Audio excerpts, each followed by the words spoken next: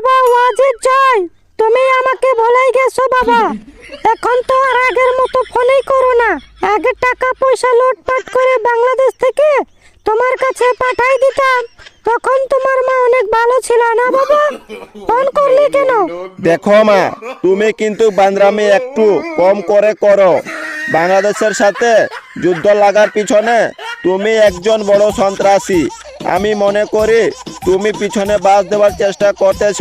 নিজেই পরে দেখো, আবার বাস না খেয়েও। যতদিন আমি বেঁচে আছি ততদিন বাংলাদেশের জন্য ষড়যন্ত্র করেই যাব। আমি চিন্ময় দাসকে টাকা খাইয়ে ধর্মকে লড়াই লাগিয়ে দিয়ে এখন বসে তামাশা দেখছিলাম। ভাবছিলাম হিন্দুরা জয়লাভ করবে ইন্ডিয়াকে দিয়ে, সেটা কই হলো? হয়েছে, স্বাধীন রাষ্ট্রের মধ্যে যুদ্ধ লাগানো এত সহজ কাজ নয়। যদি সহজ হইতো, ইন্ডিয়া বাংলাদেশকে নিয়ে অনেক আগেই একেবারে দখলে নিয়ে ফেলতো। আর এগুলো করিও না, বুঝছো? এত মাগিগিরি করে তোমার কোনো লাভ হবে না মা, বুঝছো? টাকা পয়সা দিলে আমি খুবই ভালো ছিলাম, তাই না? এখন টাকা পয়সা দেওয়া বন্ধ করেছি। বাংলাদেশের মানুষের কাছে টাকা চুরি করে তোর কাছে পাঠাইতাম, তখন তোর মা অনেক ভালো ছিল। এখন খারাপ হয়ে গেছি, তাই না? হ্যাঁ, এখন মাগি বলিস। যে মা পর পুরুষের সাথে শুয়ে তাকে আর কি বলবো, বলার তো ভাষা নাই, এজন্য এটা বলছি। খারাপ তো কিছু বলি নাই। যদি মিথ্যা বলতাম তাও না, কথা ছিল 2 মাস তুমি মুদির কাছে ছিলা। আমি কেমনে বুঝবো যে তুমি মুদির কাছে শো নাই? আমি যার কাছে ইচ্ছা তার কাছে শুইব। ক্ষমতার জন্য, টাকার জন্য আমি যেখানে সেখানে শুইব। তাতে তোর বলার কিছু রাখতে হবে না, তোকে বলতে হবে না কিছু। তুই আমার লাইফ নিয়ে ইন্টারফেয়ার করবি না। বেশ, ফোন রাখ তো তুই। আমি এরকম ঝগড়া করতে ফোন করি নাই, বিশেষ দরকারে ফোন করেছি। আমার 100 মিলিয়ন টাকা লাগবে, যেমনে হোক আমার অ্যাকাউন্টে পাঠাই দাও। আগের মতো টাকা পাঠাও না, মাথা আমার নষ্ট। এখন যেমনে হোক টাকা ম্যানেজ করে আমাকে পাঠাই দাও তাড়াতাড়ি।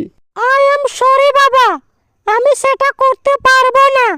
আমার এখন আগের মতন ক্ষমতাও নাই, আগের মতো উন্নয়নের নামে চুরিও করতে পারি না, তাই টাকায় আমার কাছে নাই। এ টাকায় আমি তোকে দিতে পারবো না। ঠিক আছে, ভালো থাকিস, আর ফোন করিস না।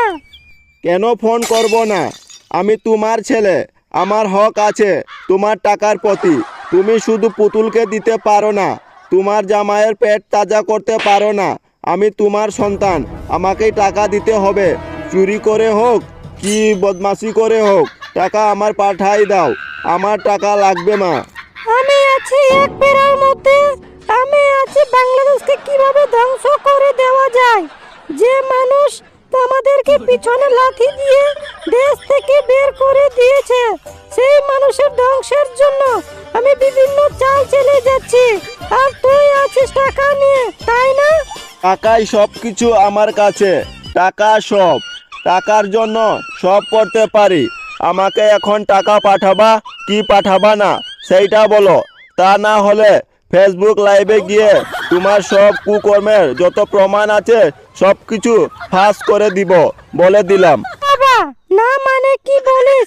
এগুলো ছেলে হয়ে এই কাজটা করতে পারবে?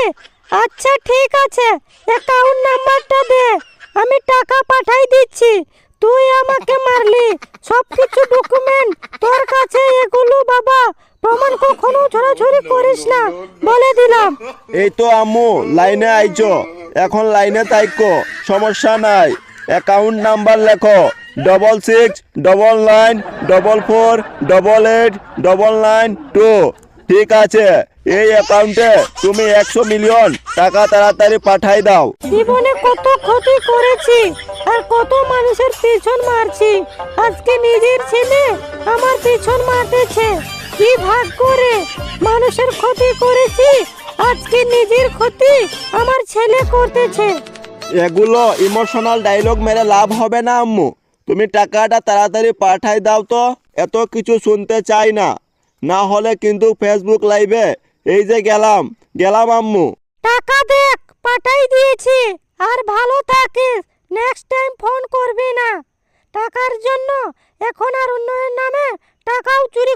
পারি না, তাই টাকায় আমার কাছে কম। আমাকেও তো চলতে হবে। গুড বাই বাবা। সব হচ্ছে ফাও টাকা, সব হচ্ছে মানুষের মারা টাকা। আর তুমি নিজের বলে দাবি করতেছ আমি তোমার ছেলে। মরে যাওয়ার পর সব আমাকে দিয়েই যাবা বলে দিলাম, আমিও রাখলাম। যখন টাকা লাগবে আবার ফোন করব, নইলে প্রকাশ করে দিব।